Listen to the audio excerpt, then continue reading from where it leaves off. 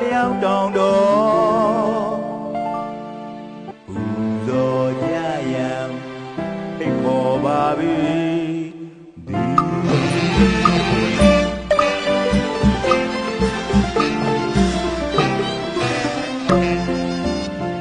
ကြောက်ဆယ်မြို့လာသာရပြီအညာထားနေတွဲချောင်းရည်ဆယ်မြောင်းထွေတွေဒီနံစပါးတွေပေါ်ကျွယ်ဝပြီဒီထူးမြိုင်မဟာဘဝီကြည်နူးပျော်ရွှင်ပြီတစ်ခေါက်တစ်ခါအရောက်လမ်းမြန်ကြွစီခြင်းပြီ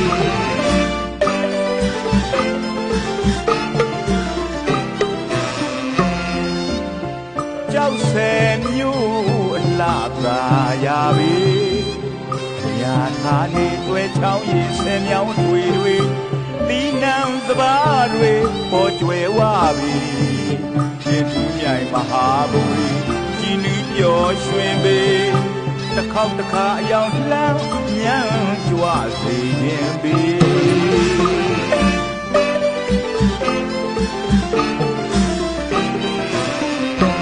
ညူနင်းမုံဝေစိတ်ဆန်းအထွေတွေတောင်းစင်ငယ်ပလဲဝိုင်းရှစ်ခွင်တိုင်းစိုးစိုးပြေကဘာမြေတလွားညံ့ကြော်ကြတဲ့ကြောက်ဆယ်မြို့မြေစိတ်မြကြီးပေရွှေသားလျောင်းတောင်အမိမှာကကုသားဖျားလက်ထက်ပြည်နာပိမ့်မတောင်တန်းတွေဘောနာကုန်းဖျားရှင်လက်ထက်ဣတိသေးထတောင်တော်ပြီကတ္တပဖျားရှင်လက်ထက်ကိန္နယာသံဗရတောင်ဘောဓမာဘုရားရှင်လက်ထဲကြတော့ဝိရိပယက္ခတောင်နာနဲ့စုယရနာယာတိပပ္ပတတောင်ရှင်မင်းရွှေသားလျောင်းတောင်6မိရတောင်တော်သူ6မိရတောင်တော်သူယရနာလောင်းတဲ့ကြောက်ဆယ်ကြီးဝိရိငါနန်းချီအတရေလျံဝေတစ်ခါတစ်ခေါက်လာရောက်စေခြင်းပေ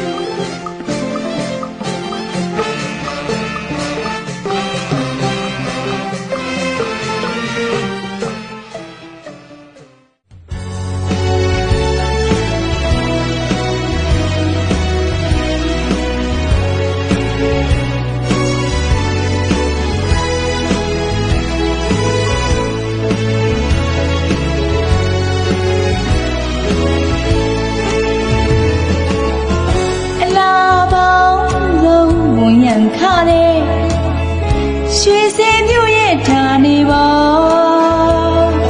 လောင်းလေးပါနော်ပြီးမတောင်းအေးကြောင်းစိတ်လာလို့ရွှေပြောဗတ်တောင်နာတီလာတာရဲ့ရဏသိန်းကြောင်းတော်ရောက်လာသူပေါင်းပြီးကြောင်းရမည်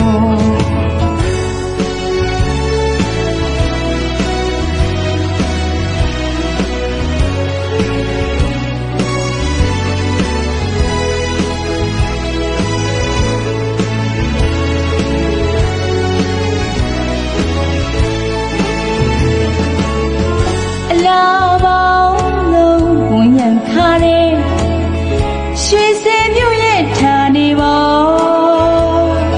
လောင်းနေပါနော်ပြီးမတောင်းဤကြောင့်စိတ်လာလို့ရွှေပြောဗတ်တောင်နာတီလာတာရဲ့ရဏသိန်းကြောင်းတော်ရောက်လာသူပေါင်းဤကြောင့်ရမည်ဘူးခိုင်ဒေသခေါ်60တောင်ဒီနာဒီကထားနေတဲ့ပြရနာသိန်းကြောင်းကဒီနေပေါ်ပေါ်ဘူးခိုင်ဒေသခေါ်60တောင်ဒီနာဒီကထားနေတဲ့ပြရနာသိန်းကြောင်းကဒီနေပေါ်ပေါ်ပကံခင်မှာဥဒရာစီဝမထေတီချာခဲ့တော့ရှိဟောင်းတင်လေစီဖူးမြင်ရမယ်နော်တဘာဝလာရှင်ရင်များနဲ့စိတ်လန်းလို့ရွှေပြောဗတ်တောင်နာတီလာတာရဲ့ရဏသိန်းကြောင်းတော်ရောက်လာသူပေါင်းဤကြောင့်ရမည်နော်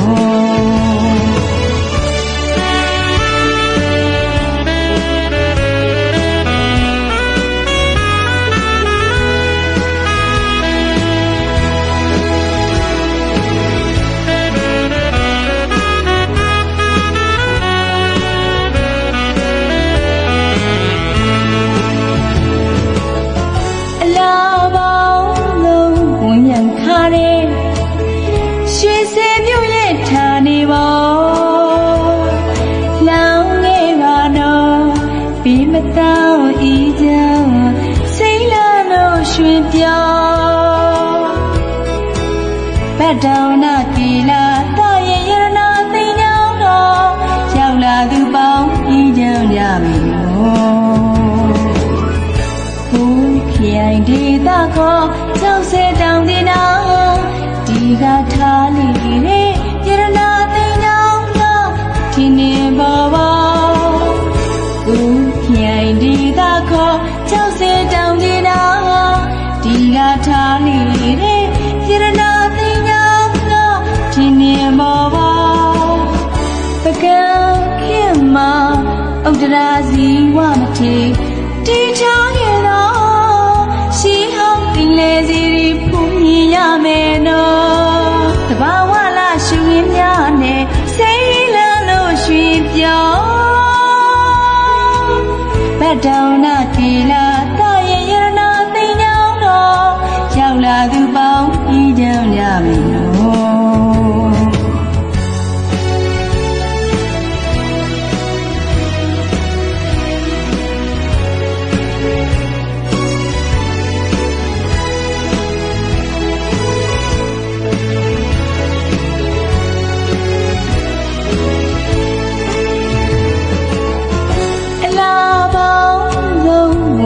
ခါတဲ့ရွှေစင်မြို့ရဲ့ဌာနေပေါ်လောင်းလေးပါတော့ပြီးမတောင်းဤကြောင့်စိတ်လာလို့ရွှင်ပြောဘတ်တောင်နာတီလာတာရဲ့ရနာသိညောင်းတော့ရောက်လာသူပေါင်းဤကြောင့်ရပြီလို့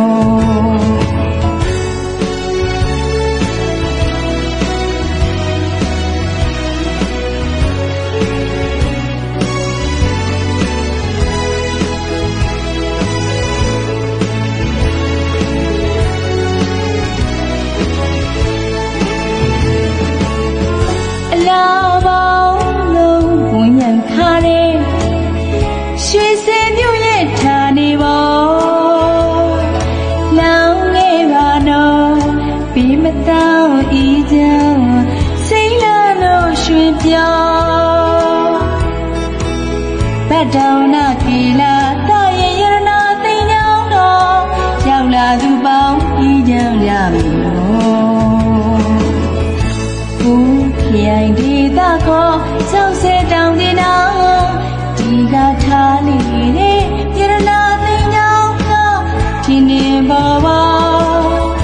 ဘုခိုင်ဒေသခေါ်ကြောက်စဲတောင်တင်နာဒီကထားလိတဲ့ရနာသိညောင်းတော့ဒီနေပေါ်ပေါ်ပကံခင်မှာဥဒရာစီဝမထေတီချာရဲ့တော့ရှိဟောင်းတင်လေစီဖူးမြင်ရမယ်နော်တဘာဝလာရှူရင်းများနဲ့စိတ်လန်းလို့ရွှင်ပြောဘတ်တောင်နာတီလာတာရဲ့ရနာသိညောင်းတော့ရောက်လာသူပေါင်းဤကြောင့်ရပြီနော်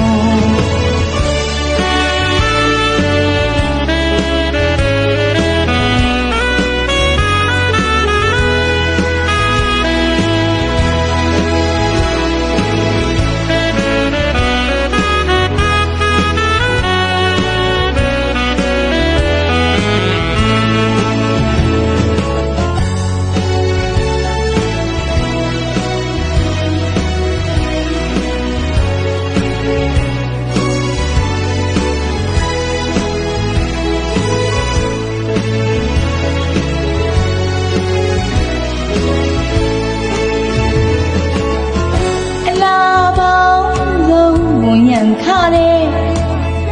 ရွှေစင်မြို့ရဲ့ဌာနေပေါ်လောင်းလေးပါတော့ပြီးမတောင်းဤကြောင့်စိတ်လာလို့ရွှင်ပြောဘတ်တောင်နာတီလာတာရဲ့ရနာသိညောင်းတော့ရောက်လာသူပေါင်းဤကြောင့်ရပြီလို့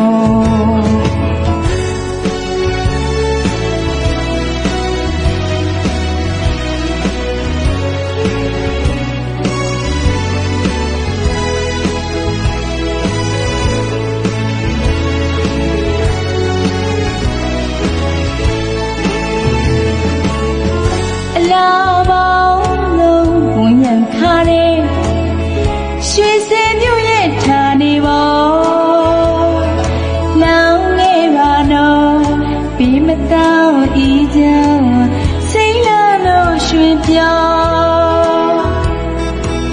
ဘတ်တောင်နာကီလာတာရဲ့ရဏသိညောင်းတော်ရောက်လာသူပေါင်းဤကြောင့်ရမည်ဘူးခိုင်ဒေသခေါ်60တောင်ဒီနာဒီကထားလေတဲ့ရဏသိညောင်းတော်ဒီနေပေါ်ပါခိုင်ဒေသခေါ်60တောင်ဒီနာဒီကထားလေတဲ့ရဏသိညောင်းတော်ဒီနေပေါ်ပါပကံခင်မှာဥဒရာစီဝမထေတီချောင်းရတော့ရှိဟောင်းတင်လေစီရီဖူမြင်ရမယ်နော်တဘာဝလာရှင်ရင်းများနဲ့စိတ်လန်းလို့ရွှင်ပြောင်းဘတ်တောင်နာကီလာတာရဲ့ရဏသိညောင်းတော်ရောက်လာသူပေါင်းဤကြောင့်ရမယ်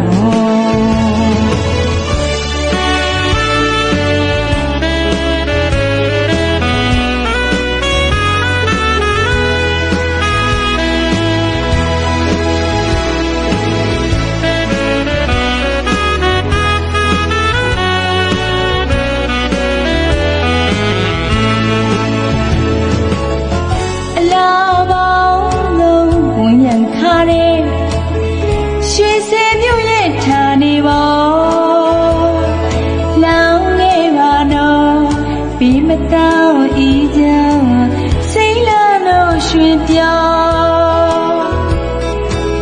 ဘတ်တောင်နာကီလာတာရဲ့ရဏသိညောင်းတော်ရောက်လာသူပေါင်းဤကြောင့်ရမယ်ဘူးခိုင်ဒေသခေါ်60တောင်ဒီနာဒီကထားလေတဲ့ရဏသိညောင်းတော်ဒီနေပေါ်ပါခိုင်ဒေသခေါ်60တောင်ဒီနာဒီကထားလေတဲ့ရဏသိညောင်းတော်ဒီနေမောပါပကံခင်မှာဥဒရာစီဝမထေတီချောင်းရတော့ရှိဟောင်းတင်လေစီရီဖူမြင်ရမယ်နော်တဘာဝလာရှင်ရင်းများနဲ့စိတ်လန်းလို့ရွှင်ပြောင်းဘတ်တောင်နာကီလာတာရဲ့ရဏသိညောင်းတော်ရောက်လာသူပေါင်းဤကြောင့်ရမယ်နော်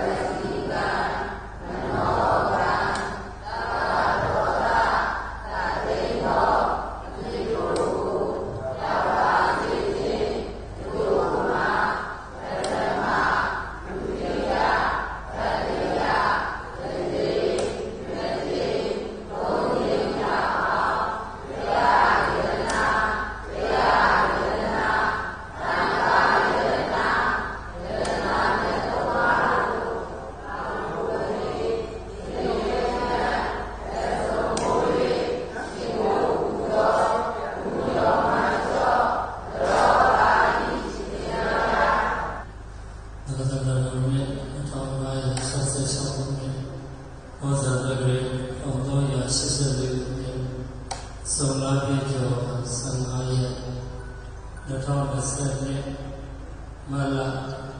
29ရက်ဒီနေ့နေ့မှာတေလူပူဇော်မဲ့ထီတော်မြတ်ကိုကျောက်စင်မြို့ခေါ်ရရနေရောက်တဲ့ဒီနာဒေနောဆရာတော်ကိုပြည်ရာဥဆောင်ရေးအားလုံးသောခုနှစ်ရက်သားသမီးဘာရကရိုက်ကမှာအများပြည်သူများစုပေါင်းပူဇော်တဲ့ပကံခေအိမ်နဲ့လူတော်ပြည်ရသော်ဘုရားစီထီတော်ကိုလဲလဲပူဇော်ပွဲရေစက်ရှာလူတော်မင်္ဂလာမှာရှေးဥစွာဘုရားသာသနာယတနာမြတ်သုံးပါးပေါင်းတို့အားအတ္တရေကျလက်အုံဝေးရှိခိုးရခြင်းနဲ့ဘုရားသစ္စာအာရောနာမပါမောစရာပေါင်းတို့ကစေတနာထီတော်မြတ်တဲ့တော်စေဘူးတော်မြတ်များခေါ်တော်ဆရှိတဲ့စေတော်မြတ်ကြီးရဲ့ထီတော်မင်္ဂလာကိုအာနန္ဒခုနှစ်ရက်သားသမီးဒါရကရိုက်နာမများစုပေါ်၍ဆရာတော်ဦးဆောင်ပြီးတော့ယခုကဲ့သို့ရှေးသောစေတော်မြတ်ကြီးကိုထီတော်အတိတ်ညာတော်မြည့်၍ဆက်ကတူရန်ပူဇော်ရခြင်းပြုသောငါနာကောင်းကုသိုလ်ကစေတနာစောင့်တည်ရသောဒီလကောင်းကုသိုလ်ကစေတနာပွားများရသောဘာဝနာကောင်းကုသိုလ်ကစေတနာပေါ်စုကြောင့်ဆရာတော်ဘုရားနဲ့တော်အားလုံးသောဘုရားသားသမီးအများပြည်သူဒါယကဒိဋ္ဌမကြီးငယ်အပေါင်းသူတော်ကောင်းတို့သည်မိမိတို့တွေရေကိုရရှိသောခန္ဓာကိုယ်၌သဘောသောဘေးမျိုးမျိုးဉာဏ်မျိုးမျိုးအန္တရာယ်မျိုးမျိုးနာယောဂါဆိုမျိုးမျိုးတို့မှာပြည့်စုံနေပြီးကိုယ်စိတ်နဲ့ပါကျမ်းမှာချမ်းသာစွာဖြင့်အသက်ရှင်ခြင်းအစင်းသာခြင်းချမ်းသာခြင်းခွန်အားကြီးခြင်းဉာဏ်ပညာကြီးခြင်းဘုံတို့အနုဘောကြီးခြင်းမရသေးသောစည်းစိမ်ဥစ္စာရတနာရှိမှုဆိုင်ရာစပါကြောင့်တန်လူများတို့ကိုရရှိခြင်းအစရှိတဲ့ခေါင်းကျိုးဖြာရကျက်တည်မင်္ဂလာပေါင်းတို့နဲ့နေ့စဉ်ပြည့်ဆုံးရရှိမှန်လာကြတော်မူ၍ဖြစ်လေရဘဝတိုင်းမှာလည်းပဲခုပဲလို့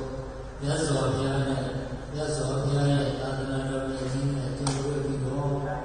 မိမိတို့စိတ်တိုင်းရထောက်ပံ့လူနာပူဇော်နိုင်ကြသောဆရာတော်ဘုရားများမျိုးပေါင်းသားမျိုးပေါင်းသမီးများဖြစ်ကြပါသည်ဘုရားမျက်စိကဘုရားရဟန္တာရှင်တဲ့သူသိမြင်ခံစားနိုင်မှုပြုသွားသောသံဃာမတ်တရားဘုရားနိဗ္ဗာန်တရားသူတရားမြတ်များကိုပညာနဲ့အသိလွယ်ကူတဲ့အကျင့်များဖြင့်ကိုယ်စီသိမြင်ခံစားနိုင်ကြသောသူတော်ကောင်းများဖြစ်ကြပါစေ။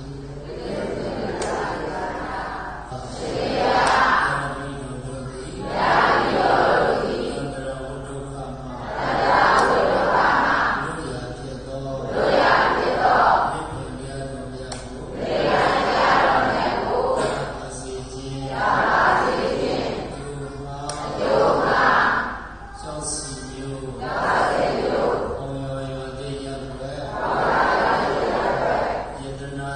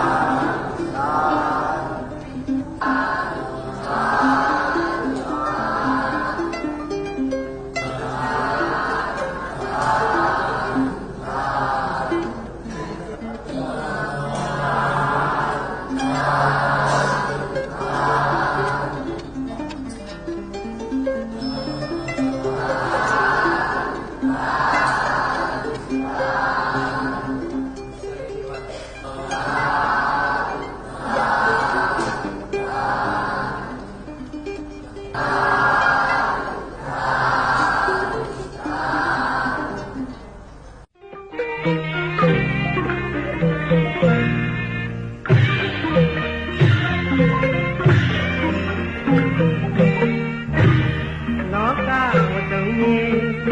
သက်သေးဒီကပန်းချမ်းမလေးလူကြီးနဲ့ပြေလုံးတွေကသွားမြောင်းဝင်နေအလူရနာပြကြသူငါလေးသောစိတ်ကစေနာဆွေညက်တာလေးဖတ်တာမတွေ့ညဝေမဲ့ဒီပင်ရပါလေလောကဝတ္ထုမြေသက်သေးဒီကပန်းချမ်းမလေးလူကြီးနဲ့ပြေလုံးတွေကသွားမြောင်းဝင်နေအလူရနာပြကြသူငါလေးသောစိတ်ကစေနာဆွေညက်တာလေးဖတ်တာမတွေ့ညဝေမဲ့ဒီပင်ရပါလေ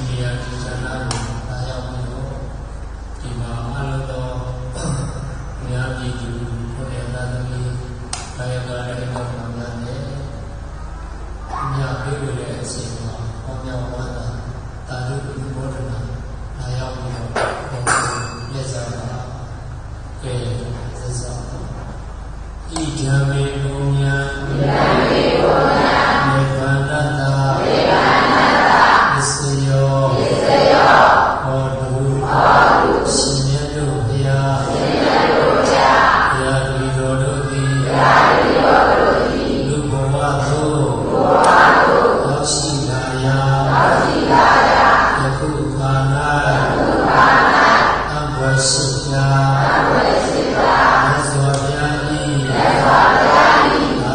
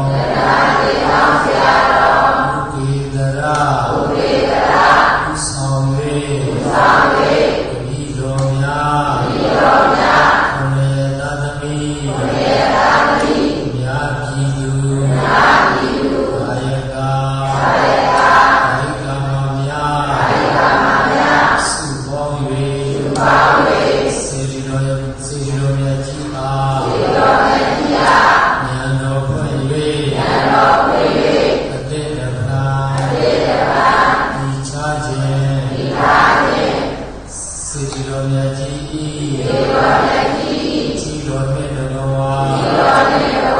စိတ်ကူတော်မမြတ်နာဆွေခေါ်တော်ဝေခေါ်တော်သာရှိတိတို့ကိုမြတ်စွာဘုရားကြီးသာသနာတော်မြတ်ကြီးအားပူဇော်တော်အားဖြင့်အိမ်လေစိတ်တော်မြတ်ကြီးကိုဆက်ကဘုရားပူဇော်ကြပါကုန်၏ဒီကုသိုလ်ကောင်းမှု၏ဘုရားကကိုမိတော်တို့၏နန္ဒခိုင်ဝင်ကျေးဇူးရှင်များကြည်ကြကုန်သောမိဘဘုရားဆရာသမားအစာထား၍30ဘုရားနေကြကုန်သောဝိနည်းများစွာလူနာမြတ်မှာဘုရားတ ဝါအာလုံးတို့အားအမြလူဝေကြပါကုန်၏သူပါဖြင့်ဒီစီတော်ရဲ့ကြီးကိုစာဥစွာဒီချဖို့ဝယ်ကြတော်ရှိတော်ဘုရားဒါယကမများနောက်ထပ်တစ်ပါးအစဉ်အဆက်စီတော်မြတ်ကြီးအားဝမ်းမှန်ပူဇော်ပြုပြင်ပူရပေးကြတော်ဘုရားဒါယကမများနှင့်ဒီစီတော်မြတ်ကြီးအားမြေထာဝရဆောင်းဆောင်း၍နေတော်မောင်စိန်နာအားအမြ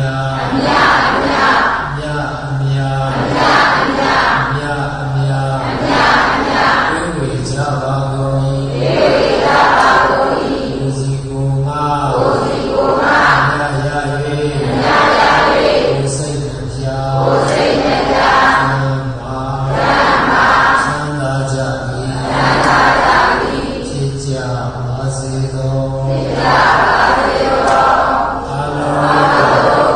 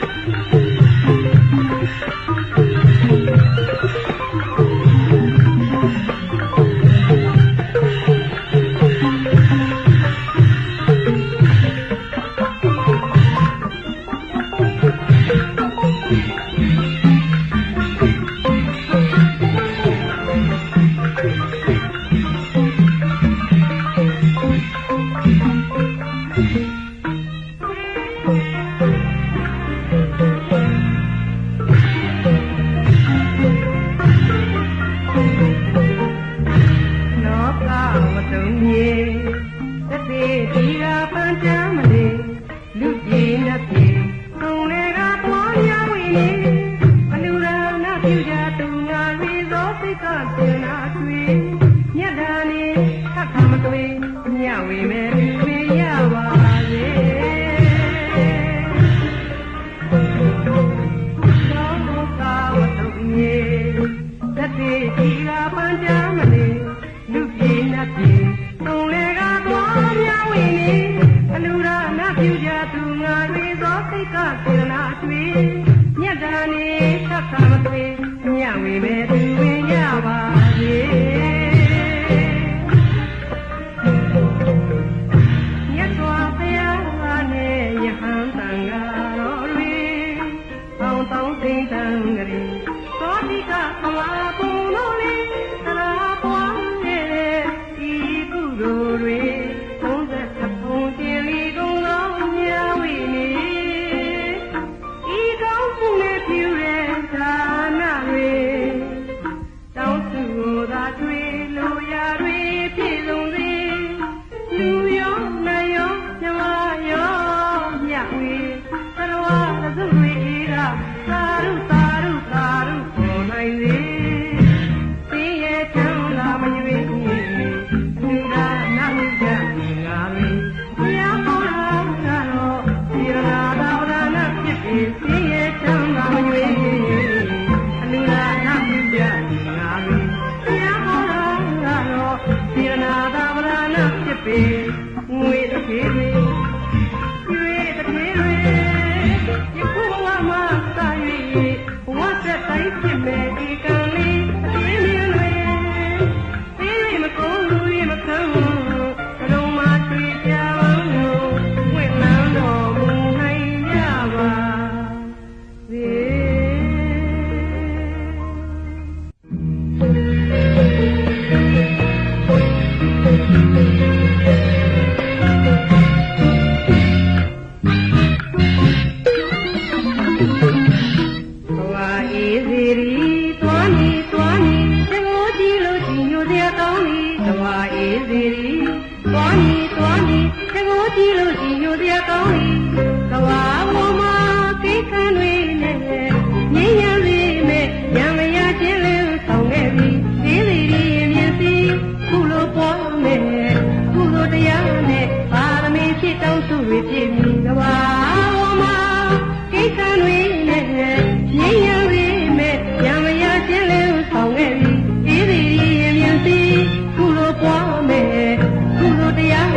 ပါ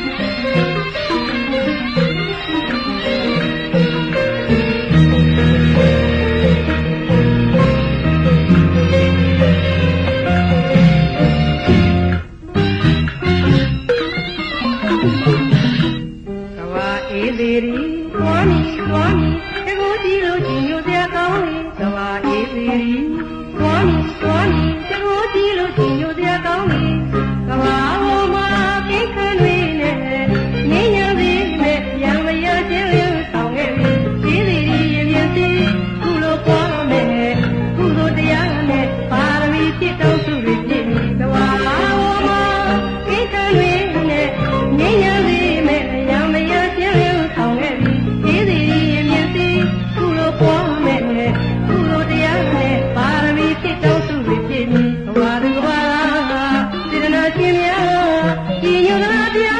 ပွားများစီဘဝသူဘဝစေတနာရှင်များဒီညနာပြပွားများစီကုလိုသာသမယကုလိုရှားရာပါရမီယူ